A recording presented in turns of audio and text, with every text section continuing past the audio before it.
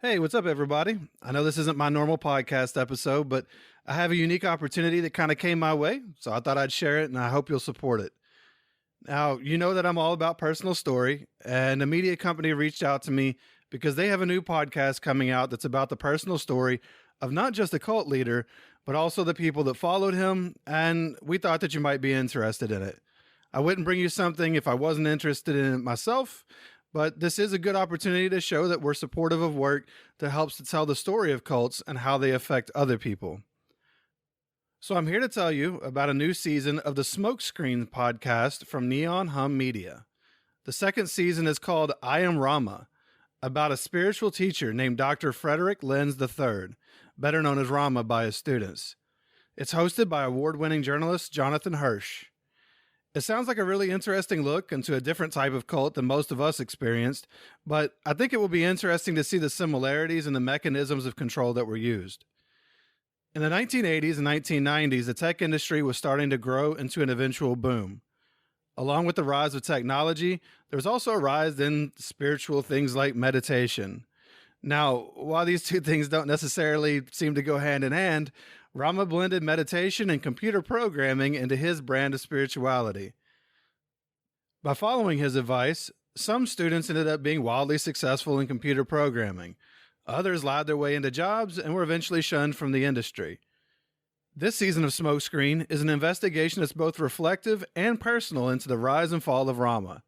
You're going to hear stories from people that studied with him, both those that loved him and those that loathed him, and much more. So I'm going to play a short clip now of the show, and I'll let you check it out for yourself. Some things you just can't explain. You don't know how to explain it. You just know it happened to you. It could be a miracle or it could be a mirage. Ultimately, it doesn't matter, because either way, that thing changed your life.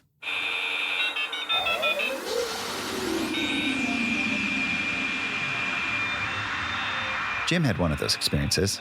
My name's Jim Piccarello. In the early 90s, he was in a crowded restaurant just north of Manhattan. He was there to see a spiritual teacher named Rama for the first time. He came into the room and told everyone there he was going to sit down on a stool. Everybody do your meditation, but this time do it with your eyes open. And generally look at me. Just sort of like have a light gaze in my direction. Jim and the other people there focused on their breath, their eyes open. Music started playing.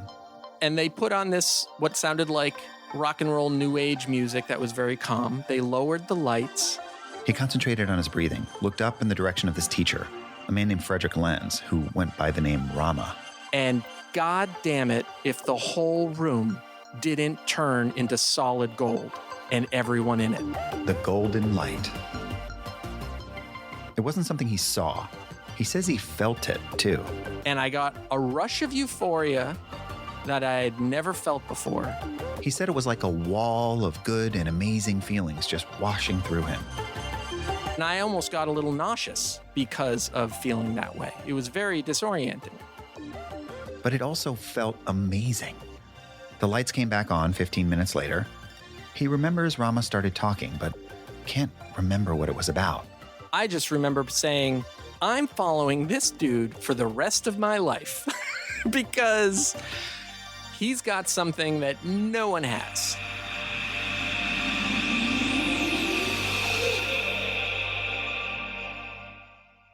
This feeling, not just the golden light, but the belief that a person could transmit a spiritual energy that some say raises your consciousness toward a more enlightened state of being.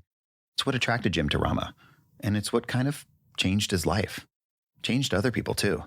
Yes, gold light and movement, vibratory movement, his face shifting and changing. And the whole room would light up, and I would feel eternity. And when he's not disappearing in the white light, it's looking like he's levitating, and I'm like, wow, that's pretty cool. Over time, I've come to know many of the people who say Rama changed their life. And while these stories start much the same way, they don't end up in the same place. For some of his students, Rama was and remains nothing short of a magical being. And he just casually said, yes, this is pretty much what samadhi feels like. He might have said, this is what nirvana feels like, one of the two. And it was just blissful, it was just beautiful. For others, it's more complicated than that. And then I told him the bit about getting the energy, meditating, programming, making lots of money, giving the money to him. He says, dude, you're in a pyramid scheme. And even others saw a troubled man, someone who, surrounded by people who adored him, was very much alone. I felt a little bit of sorrow that this guy never got it together. I mean, I still saw him as a fractured human being. At first, for me, the story of Rama was the story of a curiosity. I've spent years studying controversial American teachers and gurus, even met some of them. But Rama confounded me. His story rested somewhere between hagiography and cautionary tale, but for reasons I didn't expect. It made me question everything I thought I knew.